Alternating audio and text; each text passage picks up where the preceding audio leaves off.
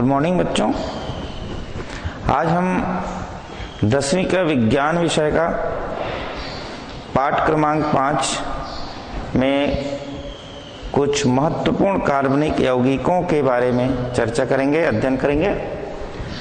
इस महत्वपूर्ण कार्बनिक यौगिक में मुख्य बिंदु में परिचय, परिभाषा और क्रियात्मक समूह और उसके अंतर्गत आने वाले मुख्य कार्बनिक यौगिक, उदाहरण के लिए alcohol, aldehyde, ketones, ether, carboxylic अम्ल, बहुत से कार्बनिक यौगिक हैं, उसके बारे में अपन चर्चा करेंगे।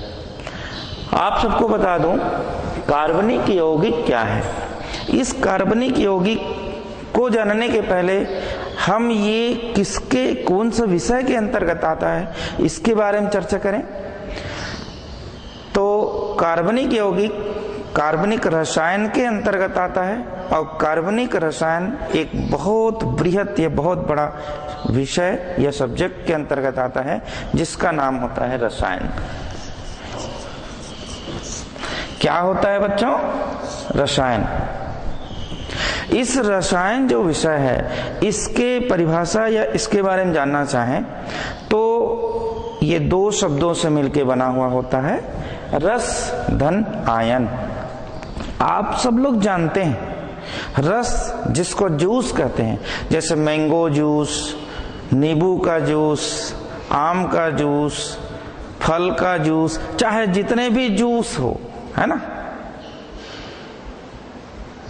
इस जूस जो रस होता है इसमें जो उसके अवयव होते हैं, जो पार्ट होते हैं, उसके बारे में चर्चा करेंगे। अब इस अवयव और जो भाग होगा उसमें मुख्य रूप से दूसरा जो अंग है, दूसरा दो शब्द है जिसको हम आयन कहते हैं। अर्थात किसी भी पदार्थ जो दो या दो से अधिक हो, यदि हम उसको किसी पानी में या किसी विलायक में घोल देते हैं तो अपने वो दो भाग में टूट जाता है, वो दो आयन में टूट जाता है, एक धन आयन और दूसरा ऋण आयन। अर्थात टूटने वाला रस है और जो टूटा हुआ है दो आयन वो आयन है, धन और ऋण जो है। अर्थात ऐसा रस या ऐसा पदार्थ जिसके अंतर्गत दो आयनों में टूटा हुआ हो या दो आयनों से बना हुआ हो, क्या कहलाएगा? रसायन कहलाता है। दूसरे शब्दों में रसायन का परिभाषा जानना चाहें, रसायन विज्ञान वह विज्ञान है जो किसी पदार्थ, तत्व या अवयव के बारे में, उसके भौतिक गुण, रासायनिक गुण के बारे में विस्तृत रूप से अध्ययन कराता है, रसायन कहते हैं। अर्थात बच्चों रसायन को मुख्य रूप से आपके 10वीं के कोर्स के आधार पे 3 भागों में बांटा गया है। कितने भागों में? 3 भागों में। प्रथम भाग भौतिक रसायन, द्वितीय भाग अकार्बनिक रसायन और तृतीय भाग कार्बनिक रसायन। अर्थात प्रथम जो भाग है प्रकार, पहला भौतिक रसायन,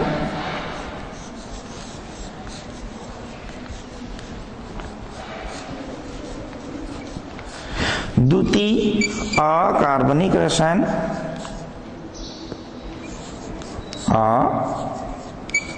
कार्बनिक रसायन और तृतीय भाग कार्बनिक रसायन।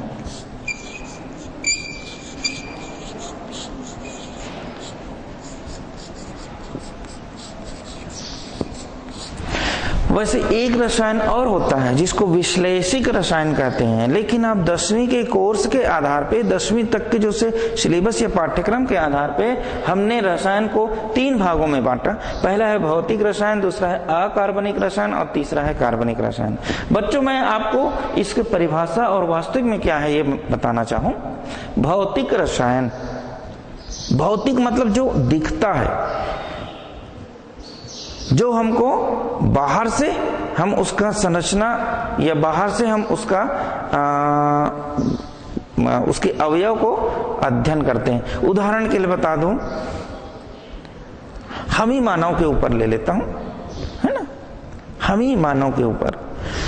एक मानव का आपको पूछे मानव दिखता कैसे है, तो आप स्पष्ट बोल दोगे 2 हाथ, 2 पैर, 2 आंख, 1 सिर, उसी संरचना को तो बना है। यदि सिर या नीचे में आ जाएगा तो मानव कहलाएगा क्या? नहीं, वो कोई भूत का संरचना हो जाएगा। तो कहने का तात्पर्य मेरा यह है, ऐसा यौगिक। अब यौगिक कहां से आ गया? आप यौगिक को जानने के लिए परमाणु, यौगिक को जानने के लिए परमाणु जानेंगे। परमाणु को जानने के लिए अब आपको सूक्ष्म जो कण है उसको जानना है ना। अब परमाणु जान गए तो 2 परमाणु जब होंगे तो अणु जानेंगे, और बहुत सारे अणु होंगे तो वो यौगिक बनेंगे। कैसे? देखिए, मान लीजिए ये चौक है। क्या है ये? चौक है। इस चाक का मैं छोटे छोटे टुकड़ा में इसको गिराता हूं, इसको तोड़ देता हूं। ये जो छोटे छोटे जो गिर रहा है वो सूक्ष्म कण होता है। अर्थात कोई भी पदार्थ सूक्ष्म कणों से मिलके बना हुआ होता है। कौन से कणों से? सूक्ष्म कणों से मिलके बना हुआ होता है। अर्थात इस कण, छोटे छोटे जो कण दिख रहे हैं, इसको भी हम छोटे छोटे टुकड़ों में और बांट सकते हैं। अब छोटे छोटे टुकड़ों में इसको बांट रहे हैं तो ये मुख्य रूप से वो छोटे टुकड़े हैं, वो 3 मुख्य अंगों से मिलके बना होता है। एक को कहते हैं हम इलेक्ट्रॉन, दूसरे को कहते हैं हम प्रोटॉन, और तीसरा को कहते हैं न्यूट्रॉन। अर्थात जिसमें तीनों अवयव उपस्थित हो, क्या कहलाएगा? परमाणु कहलाएगा। अब इस परमाणु है, इस परमाणु 1 या 2 से अधिक, 2 या 2 से अधिक परमाणु जब एक साथ परस्पर संयोग करते हैं, संबंध बनाते हैं, जुड़ते हैं, तो जो पदार्थ बनेगा क्या कहलाएगा? अणु कहलाता है। अर्थात पदार्थ परमाणु में जुटा, परमाणु अणु बनाया, और बहुत सारे अणु जब एक साथ जुड़ते हैं तो वही क्या कहलाएगा? यौगिक कहलाता है। और उस यौगिक का अध्ययन करना रसायन कहलाता है। और ये रसायन में 3 भाग हैं। ये भी एक रसायन है, ये मतलब चाक एक रसायन है। अब मान लीजिए मैं इसको तीनों चीज इसका मैं बताना चाहूं आपको, भौतिक रसायन, अकार्बनिक रसायन और कार्बनिक रसायन। तो ये जो है चौक है ना, क्या है? चौक है। इसके बारे में रसायन में बताना चाहूं, इसका भौतिक रसायन में क्या होता है? ये एक गोले आकार का लंबा संरचना है, सफेद दिख रहा है, तो इसका क्या गुण हो गया? ये भौतिक गुण हो गया। अब इसके जस्ट अंदर घुस जाते हैं नंबर दूसरे प्रकार के जो रसायन है, वो कहलाता है अकार्बनिक रसायन। अब बच्चों, अकार्बनिक रस क्या होगा? अ मतलब नहीं, और दूसरा शब्द क्या है? कार्बन, और तीसरा शब्द क्या है? यौगिक। मतलब अ मतलब नहीं, दूसरा शब्द कार्बन, ऐसे यौगिक। अब यौगिक बता चुका हूं मैं, 2 या 2 से अधिक अणु मिलके जो पदार्थ बनाएंगे, क्या कहलाएगा? यौगिक कहलाता है। अर्थात ऐसे यौगिक जिसमें क्या नहीं होता? कार्बन नहीं होता, क्या कहलाएगा? अकार्बनिक। अ मतलब नहीं, कार्बन मतलब वो कार्बन परमाणु कहाँ पाया जाता है? आवर्त सारणी में 14 समूह में, है ना। तो कार्बन परमाणु जो यौगिक में नहीं पाया जाता उसको क्या कहेंगे? अकार्बनिक रसायन कहते हैं। और तीसरा रसायन कहलाता है कार्बनिक रसायन। स्पष्ट है नाम से, है ना। आपको मैं पूछना चाहूं तो आप इजी मतलब सरल तरीके से बता सकते हो। इसमें कार्बन नहीं है, अकार्बनिक। अ मतलब नहीं और कार्बनिक मतलब कार्बन, ठीक है। जिसमें कार्बन नहीं है वो अकार्बनिक है। तो कार्बनिक क्या हो जाएगा बच्चों? ऐसे रासायनिक यौगिक जिनमें बहुत सुंदर, कार्बन परमाणु की उपस्थिति हो, माने कार्बन जिसमें पाया जाता है। ये 3 प्रकार के आपके रसायन हो गया। अब हम जो है वास्तविक में आपके जो कोर्स में है, 10वीं के जो कोर्स में है, महत्वपूर्ण कार्बनिक यौगिक, ऊपर के 2 यौगिक को छोड़ देते हैं तो ये जो है वो कार्बनिक यौगिक आ गया, देखिएगा है। अब ये कार्बनिक यौगिक क्या होगा, परिभाषा तो जान गए, वे रासायनिक यौगिक या वे पदार्थ या वे यौगिक जिसमें कौन से परमाणु उपस्थित हो, कार्बन, है ना, कार्बनिक यौगिक कहते हैं।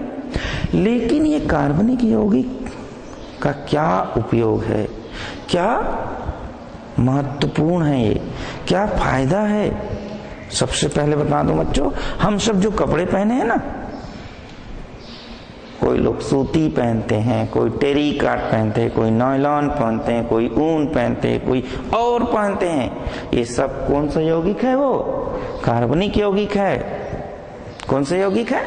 कार्बनिक यौगिक है। जब हम बीमार पड़ जाते हैं तो दवाई खिलाते हैं तरोताजा होने के लिए, वो भी कार्बनिक यौगिक कहलाता है, कार्बनिक पदार्थ है, जिसको औषधि कहते हैं।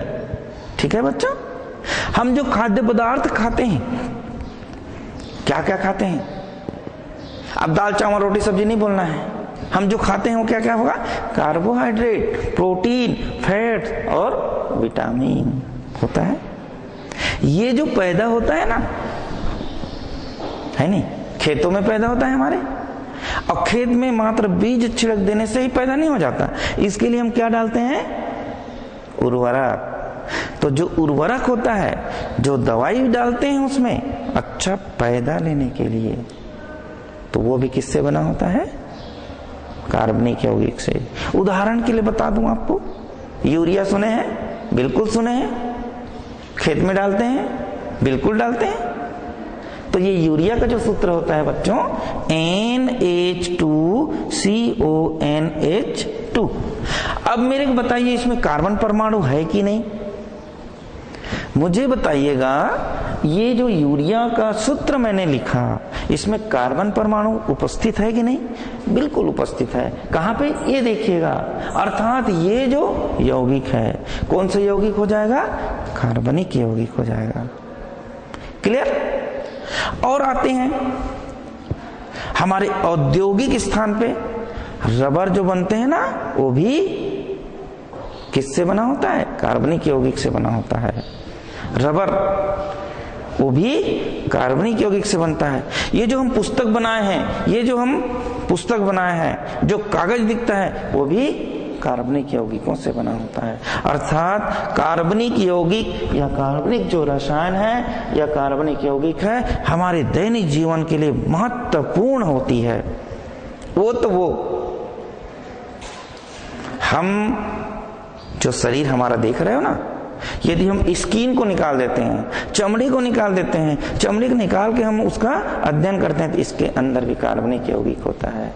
आप लोग सुने होंगे, हमारे चमड़ी में तेल होती है बिल्कुल होता है। वो जो तेल है वही तो कहलाता है फैट, वही तो कहलाता है वसा। तो वसा भी क्या है? कार्बनिक यौगिक है। आप ऐसा एग्जाम्पल दे दीजिए, अपने शरीर में हर चीज में रसायन है कार्बनिक यौगिक। उदाहरण के लिए हमारा बाल मतलब हेयर का जब हम आंतरिक स्टडी करते हैं ना, अध्ययन करते हैं, तो इसमें भी कार्बनिक यौगिक पाया जाता है। प्रोटीन से बना होता है, कैरोटीन नामक प्रोटीन से। हेयर मतलब बाल, है ना? कितना इंपॉर्टेंट, ये महत्वपूर्ण है। कौन सा? कार्बनिक यौगिक। अर्थात हम इस कार्बनिक यौगिक के बारे में चर्चा करने जा रहे हैं। इस कार्बनिक यौगिक में हम मुख्य रूप से ऐसे यौगिक या ऐसे पदार्थ जिसमें कार्बन परमाणु की उपस्थिति हो, इसके बारे में चर्चा कर रहे हैं। वो इस प्रकार से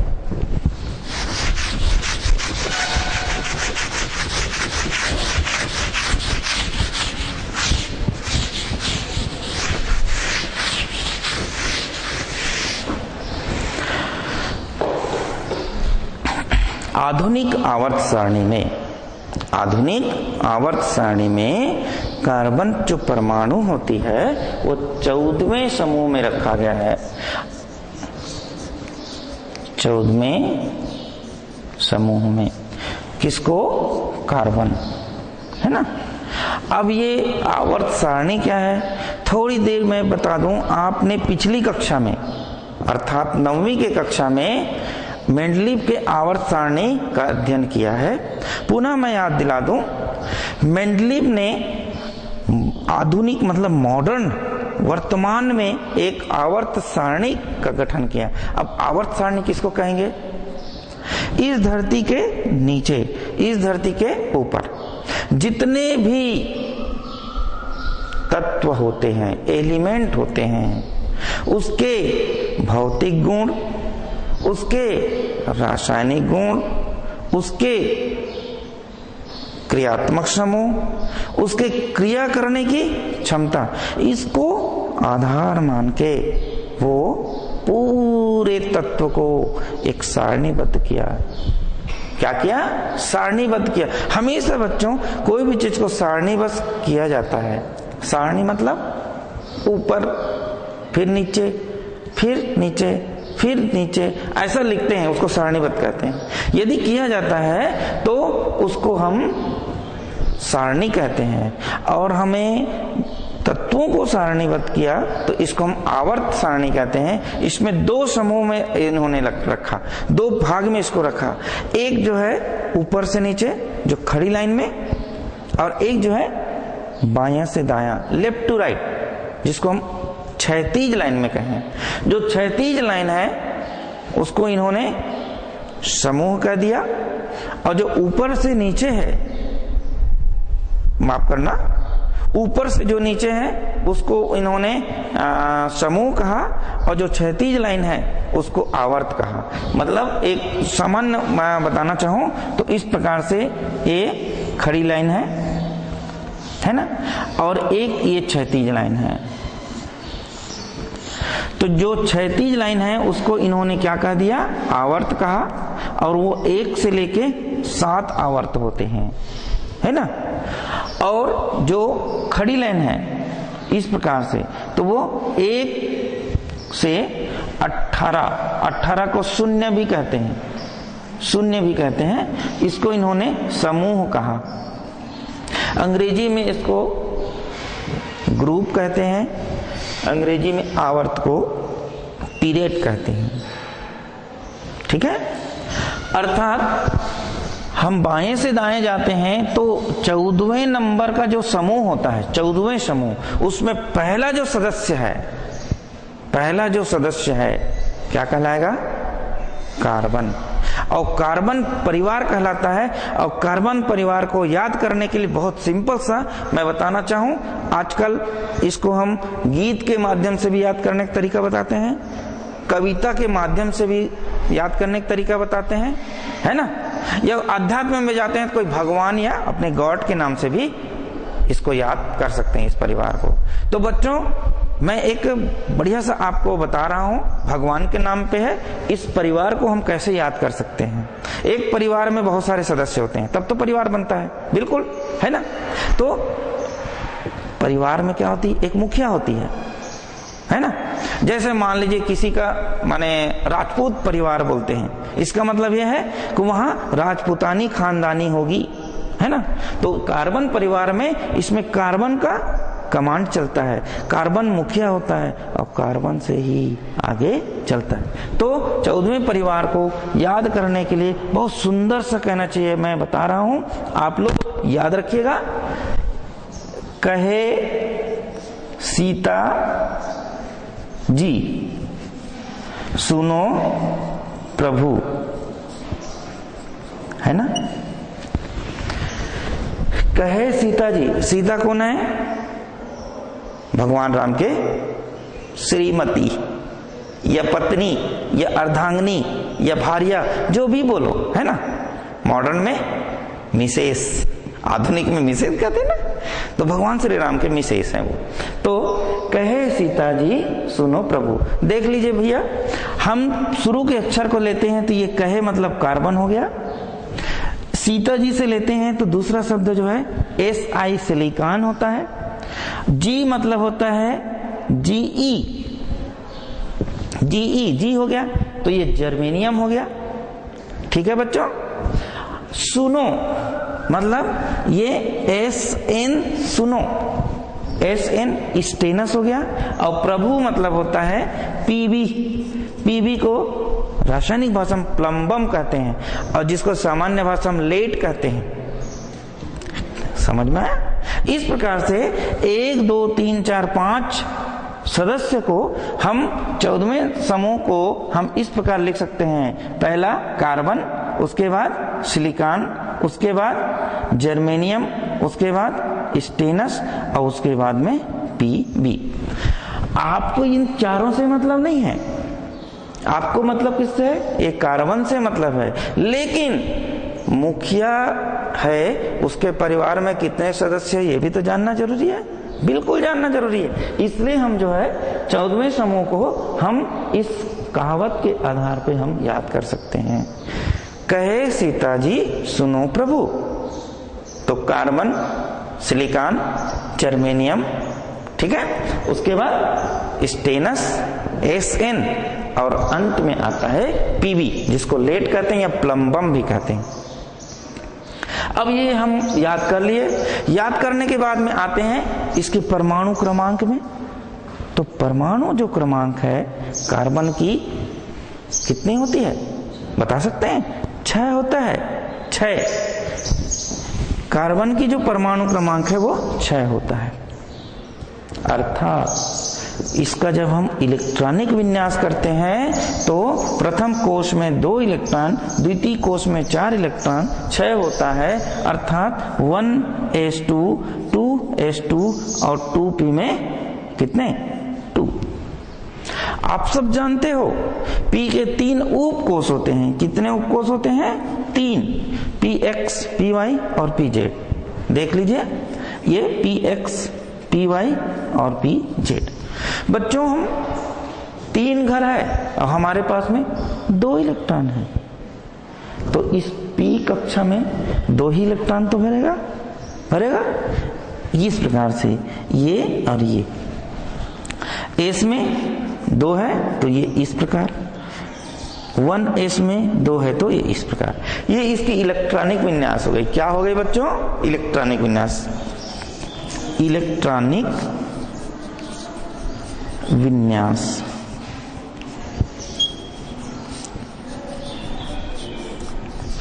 ये देखिए, अब इलेक्ट्रॉनिक विन्यास जानने के बाद हम कार्बन की जो संयोजकता है उसको हम समझने की कोशिश करते हैं। कार्बन की संयोजकता, ये सामान्य शब्दों में संयोजकता की परिभाषा यदि हम याद करना चाहें तो इस प्रकार से आप याद कर सकते हो। किसी भी परमाणु या किसी तत्व के बाहरी कक्ष में अयुग्मित इलेक्ट्रॉन, कौन सा?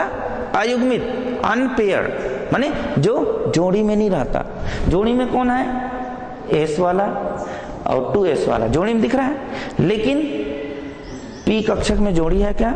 नहीं है। अर्थात बाहरी कक्ष में अयुग्मित इलेक्ट्रॉनों की जो संख्या होगी वो उसकी संयोजकता होती है। तो कार्बन की संयोजकता यहाँ कितनी है? 2। क्यों 2 है? क्योंकि इसके बाहरी कक्ष में 2 इलेक्ट्रॉन है। अर्थात कार्बन की संयोजकता 2 होगी। लेकिन नहीं, कार्बन 4 संयोजकता ग्रहण करता है, परिवर्ती संयोजकता ग्रहण करता है कि नहीं? क्यों भैया? क्यों? क्योंकि कार्बन एक ऐसा परमाणु है, कार्बन के बाहरी इलेक्ट्रॉन में उपस्थित जो इलेक्ट्रॉन होते हैं, बाहरी कक्ष में उपस्थित इलेक्ट्रॉन जो होते हैं वो उत्तेजित अवस्था में होते हैं। एकदम उत्तेजित का मतलब है अपने घर में रहना नहीं चाहते, इरिटेशन जिसको कहते हैं। नहीं मैं यहां नहीं रहूंगा, थोड़ी देर निकलता है फिर आता है, थोड़ी देर निकलता है फिर आता है, इसको इरिटेशन कहते हैं।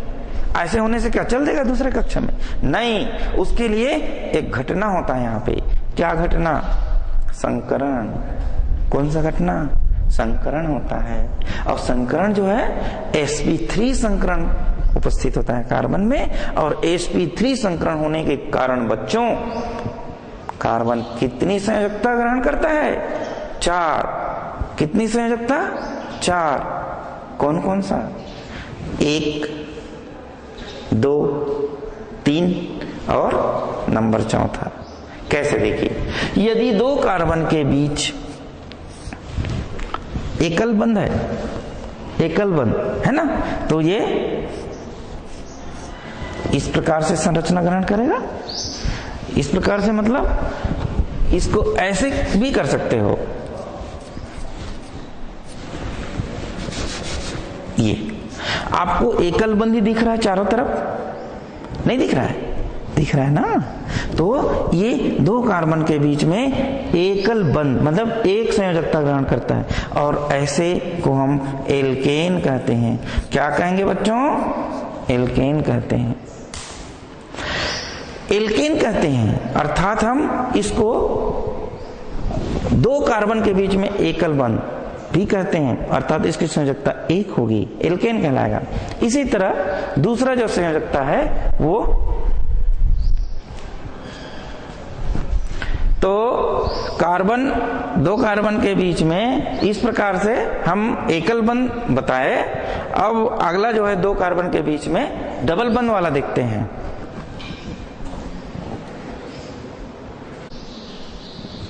तो इस प्रकार से कार्बन और कार्बन के बीच में एकल बंध यदि है तो हमारा वो एल्केन कहलाता है। यदि कार्बन की संयोजकता 2 है बच्चों, तो 2 कार्बन के बीच में इस प्रकार से यदि कोई बंध है तो ये एक बहुत बड़ा कार्बनिक यौगिक बनाता है और उसको हम एल्कीन कहते हैं, एल्कीन कहते हैं। और इसी प्रकार से 2 कार्बन के बीच यदि ट्रिपल बॉन्ड, ट्रिपल मतलब 3 बंध उपस्थित होते हैं, तो इसकी संयोजकता 3, लेकिन परिवर्ती संयोजकता, परिवर्ती मतलब 3 है तुरंत परिवर्तन हो जाएगा, 4 हो जाएगा, तुरंत परिवर्तन हो जाएगा, 2 हो जाएगा, ये परिवर्ती कहते हैं।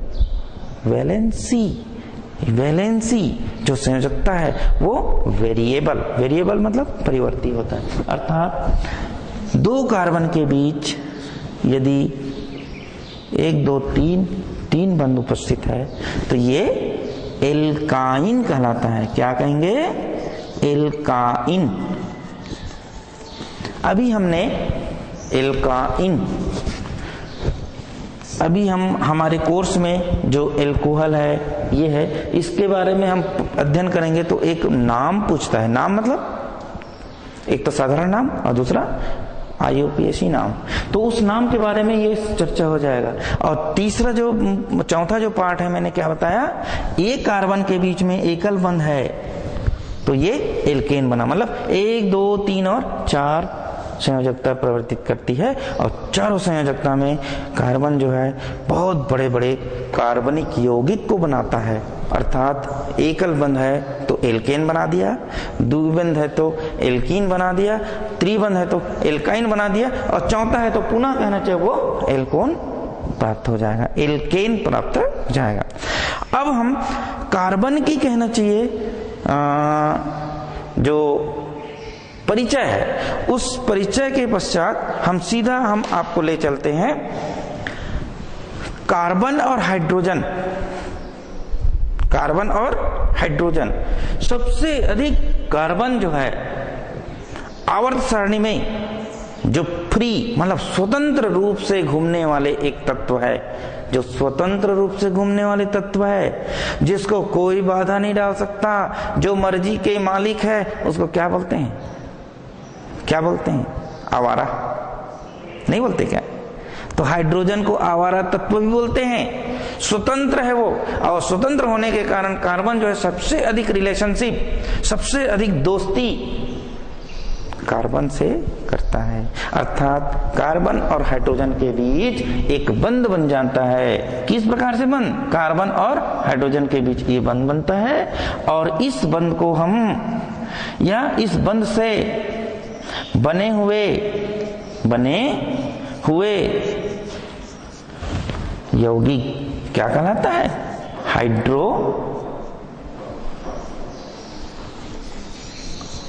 हाइड्रोकार्बन कहलाता है। हाइड्रोकार्बन कहलाता है। अब इस हाइड्रोकार्बन युक्त जो कार्बन और हाइड्रोजन के बीच में बना हुआ जो बंध है हाइड्रोकार्बन कहलाता है। और इस हाइड्रोकार्बन का एक उदाहरण हम लेते हैं जो मीथेन कहलाता है।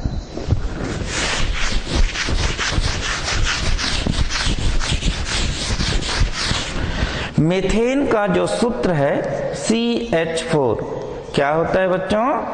CH4। ये मीथेन या मीथेन भी कहते हैं इसको, मीथेन या मीथेन।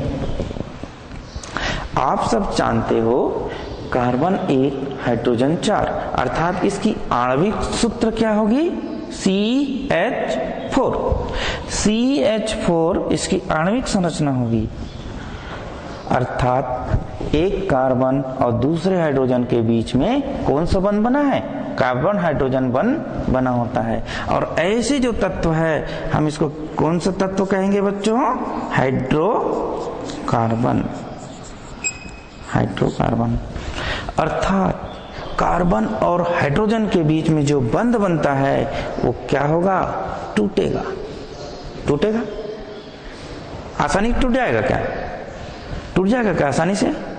मान लीजिए ये रस्सी है, मैं यहां से बांधा हूं, यहां से बांधा हूं, और रस्सी बोलो चल टूट, तो टूट जाएगा क्या? कब टूटेगा? उसको मैं कैंची से लाके काटूंगा, या आग से जलाऊंगा, या गर्म करूंगा, या पानी दे के सड़ाऊंगा, तब तो टूटेगा। तब तो टूटेगा। अर्थात ये जो कार्बन और हाइड्रोजन के बीच में जो बंध बना है उसको हम सिग्मा बंध कहते हैं। कौन से बंध बच्चों? सिग्मा बंध। और ये जो सिग्मा बंध है काफी मजबूत होता है, आसानी से नहीं टूटता है ना? है कि बहुत दिन तक है, ये धीरे धीरे धीरे धीरे टूट जाएगा, है? नहीं टूटता ऐसे। इसको ऊपर से कोई भी, चाहे हम गरम करें, चाहे उबालें, चाहे उसको जलाएं, चाहे और कितना भी कोई भी करें, देखते हैं अभी क्या करते हैं तो पता चल जाएगा कैसे टूटता है वो। लेकिन ये कार्बन और हाइड्रोजन के बीच में जो बंध है वो टूटने का काम करता है। और जब टूट जाएगा तो हाइड्रोजन क्या हो जाएगा? टूट जाएगा तो हाइड्रोजन निकल जाएगा वहां से, और निकल जाएगा तो इस प्रकार से ये टूट के निकल जाता है। तो इसको मैं इस प्रकार लिख सकता हूं, ACH3 हो गया, ठीक है? CH3 ऐसा हो गया। और इसमें हम क्या किए हैं? हीट किए हैं, गर्मी दिए हैं, या जलाए हैं, जो भी दिए हैं, यहां से एक हाइड्रोजन निकल जाएगा ना ये। और इसके जगह में यदि कोई भी जो इसके रासायनिक गुणों को बनाएगा, जो इसके पूरे जो माने रासायनिक जो गुण है, अभिक्रिया है, उसको संपन्न करेगा। मान लीजिए इसमें मैं जोड़ देता हूं OH। क्या जोड़ दिया? OH, धन OH। इसको ऊपर नहीं यहां करता हूं, चलो धन OH। तो ये कहां हो जाएगा? हाइड्रोजन के पास आ जाएगा, और ये हाइड्रोजन निकल जाएगा, कहीं ना कहीं निकल जाएगा वो, है ना? अब निकल के कहां गया सर? है अब मेरे क्या बताओ कहां गया था? हो सकता है वातावरण में चला गया गैस बन के, हो सकता है पानी के साथ में जुड़ गया, हो सकता है वहीं होगा, है नहीं? तो जब बनाएंगे तब दिखेगा, अभी ऐसी थोड़ी दिखेगा, है ना? तो बनाने के लिए कहां जाना पड़ेगा? लैब में, और हम तो क्लासरूम में है ना? तो लैब में जब जाएंगे तब देख लेंगे आप, है ना? तो चलिएगा, CH4 में एक हाइड्रोजन निकल जाएगा। जब ये हाइड्रोजन निकलेगा बच्चों तो ये बॉन्ड क्या हो जाएगा? टूट जाएगा। टूटेगा तभी निकलेगा, और टूटने के बाद OH जो है यहाँ पे जुड़ता है। तो जब ये जुड़ेगा तो ये बंध पुनः आ जाएगा, आएगा। जोड़ने वाले पहले ये बंध को जोड़ेगा। अरे भाई बीच में दो रस्सी जोड़ दिए हैं, बीच में तोड़ दिए हैं रस्सी को, अब उसको जोड़ना है हमको। तो दोनों रस्सी के जो बिंदु है, कौन सा बिंदु? अंतिम बिंदु, उसको दोनों को गांठ बांध देंगे ना, गांठ बांध देंगे तब तो जुड़ेगा। तो गांठ बांध दिए हैं तो ये जो है बांध देता है इसको, और ये OH बन जाता है। क्या बना? OH। अब ये CH4 मेथेन था, अब ये जो है यहाँ OH समूह जुड़ा, ये क्या है OH समूह, इसी को हम क्रियात्मक समूह कहते हैं। क्या समूह कहेंगे? क्रियात्मक समूह कहते हैं। और इस क्रियात्मक समूह के जुड़ने के साथ साथ इसमें एक CH3 समूह बना और एक OH समूह बना। मैं मान लीजिए इसको दो भागों में बांटता हूं। कौन कौन सा? एक CH3 और एक OH समूह, दो भाग में बढ़ गए। CH3 को हम एल्किल समूह कहते हैं। एल्किल क्यों बोले भाई? क्यों एल्किल बोले? अभी आपका प्रश्न है सर एल्किल क्यों बोलते हैं? तो एल्किल क्यों बोलेंगे? क्योंकि हमारा जो यौगिक है, हाइड्रोकार्बन है, ये मेथेन से बना हुआ है। मेथेन माने इसको एलिफेटिक कहते हैं। अब एलिफेटिक क्या है? एलिफेटिक ऐसे कार्बनिक यौगिक जिसको जलाते हैं, ऐसे कार्बनिक यौगिक जिसको जलाते हैं तो धुआं नहीं देता। उदाहरण के लिए बताऊं मैं, आपके घर गैस है, दो तरह के गैस होंगे, दो तरह की गैस होंगे। एक गैस को बायोगैस कहते हैं, एक गैस को गैस सिलेंडर वाला कहते हैं, और एक और गैस है उसको भी गैस कहते हैं आजकल, नहीं चिमनी वाला है नहीं, या बत्ती वाला गैस है जो मिट्टी से जलाते हैं जी, है ना। तीन तरह के गैस हो गया। तो एक तरह की गैस को छोड़ देता हूं मैं जिसको बत्ती वाला बोलते हैं, दो तरह के गैस को आ जाते हैं। सब लोग देखे हैं, आप लोग वो गैस को जलते हुए भी देखे हो, गैस में पकाते हुए भी देखे हो। क्या बर्तन के नीचे काला कलूटा कोयला लग जाता है? नहीं लगता ना। इसका मतलब वो क्या होगा? एलिफेटिक होगा।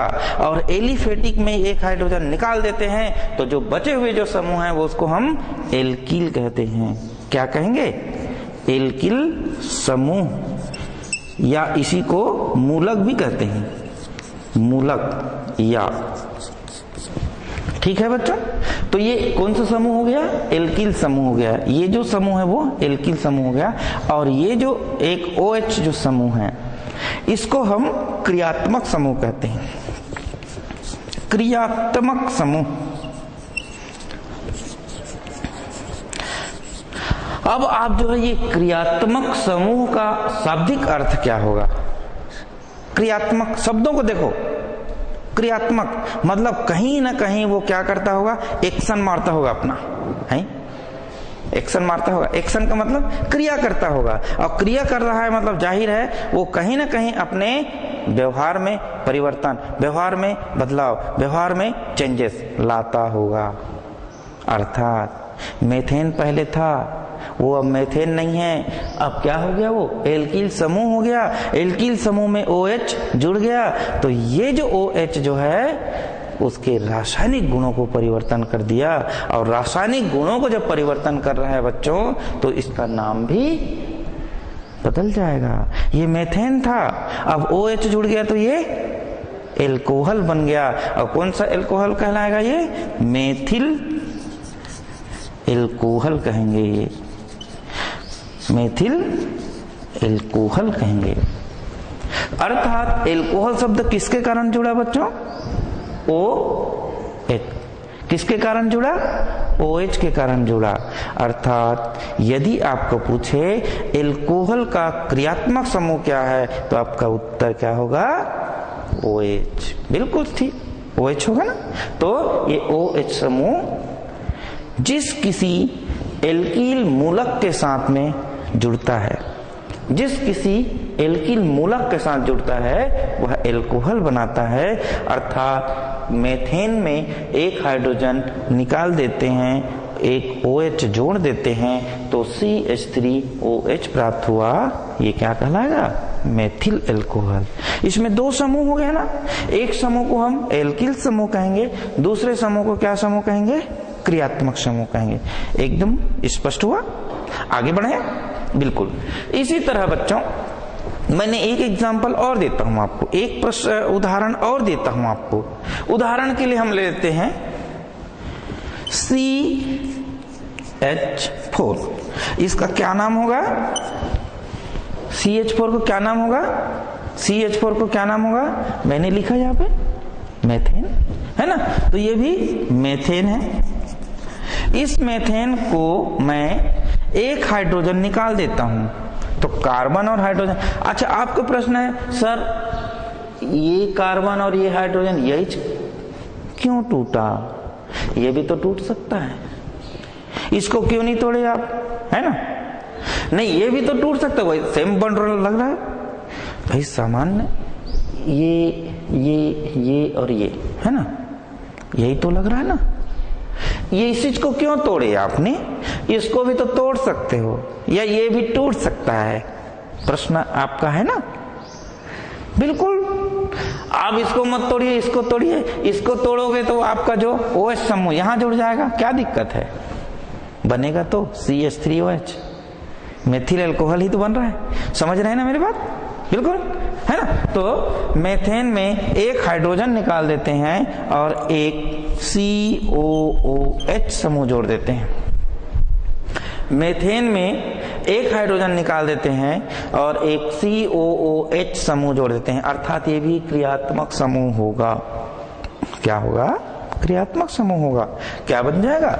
CH3 सिंगल बंध माने एकल बंध COOH, ऐसी तो बनेगा। CH3 एकल बंध COOH, अर्थात इसमें भी दो समूह उपस्थित होंगे। एक समूह को हम एल्किल समूह कहेंगे और एक समूह को क्रियात्मक समूह कहेंगे, ठीक है। और इस प्रकार से जो क्रियात्मक समूह यहां लगे रहता है, इसको कार्बोक्सिलिक अम्ल कहते हैं। क्या कहेंगे? कार्बोक्सिलिक अम्ल कहेंगे। ये कार्बोक्सिलिक अम्ल का क्रियात्मक समूह होगा और ये जो है ना एल्किल मूलक होगा।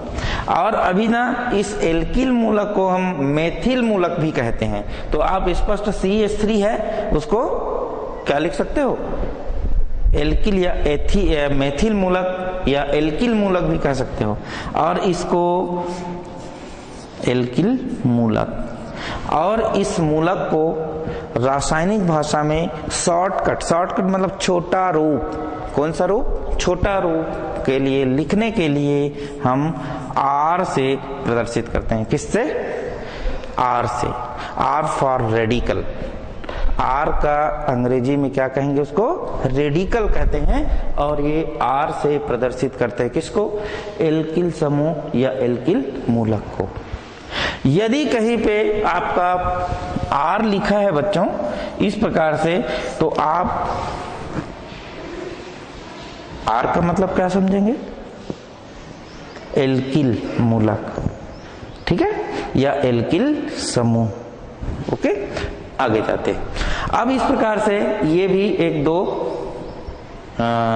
समूह में विभक्त हुआ, एक CH3 और दूसरा COOH, कार्बोक्सिलिक अम्ल का क्रियात्मक समूह होता है। अर्थात इसका रासायनिक नाम हो जाएगा CH3COOH का एसिटिक अम्ल कहते हैं इसको। क्या कहेंगे? एसिटिक अम्ल, एसिटिक अम्ल। और आपके कोर्स में है एसिटिक अम्ल बनाने की विधि, है ना, एसिटिक अम्ल बनाने की विधि। और महत्वपूर्ण भी है परीक्षा की दृष्टि से। अधिकांश परीक्षा में, चाहे वो आपके कंपटीशन प्रतियोगिता परीक्षा हो, चाहे बोर्ड का परीक्षा हो, इसके लिए इम्पोर्टेंट है, आता है, महत्वपूर्ण है।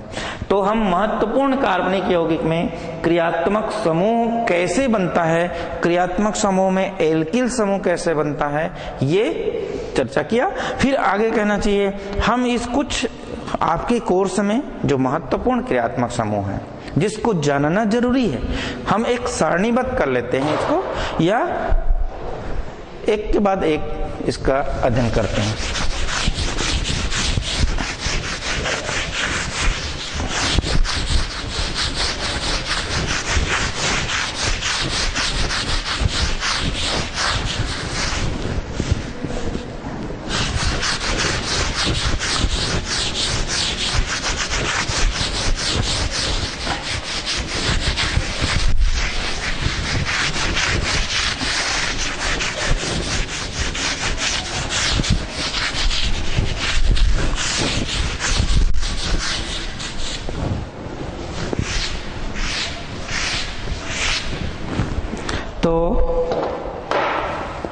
क्रियात्मक समूह को सारणीबद्ध कर लेते हैं जो हमारा कोर्स के अंतर्गत है। क्रियात्मक समूह का सबसे पहले परिभाषा देख लेते हैं। परिभाषा,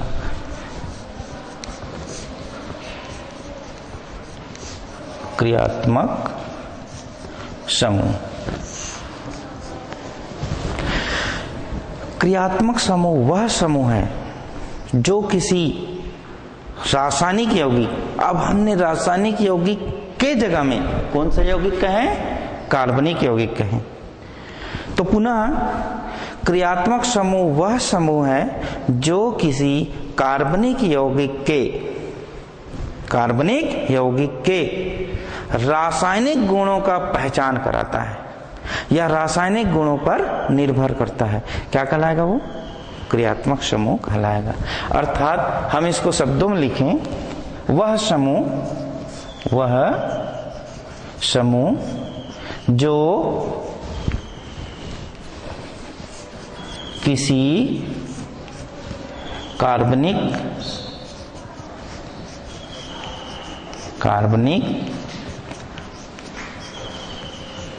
यौगिकों के रासायनिक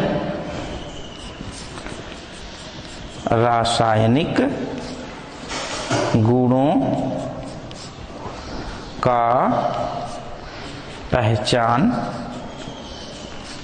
या, है ना, गुणों पर निर्भर हो,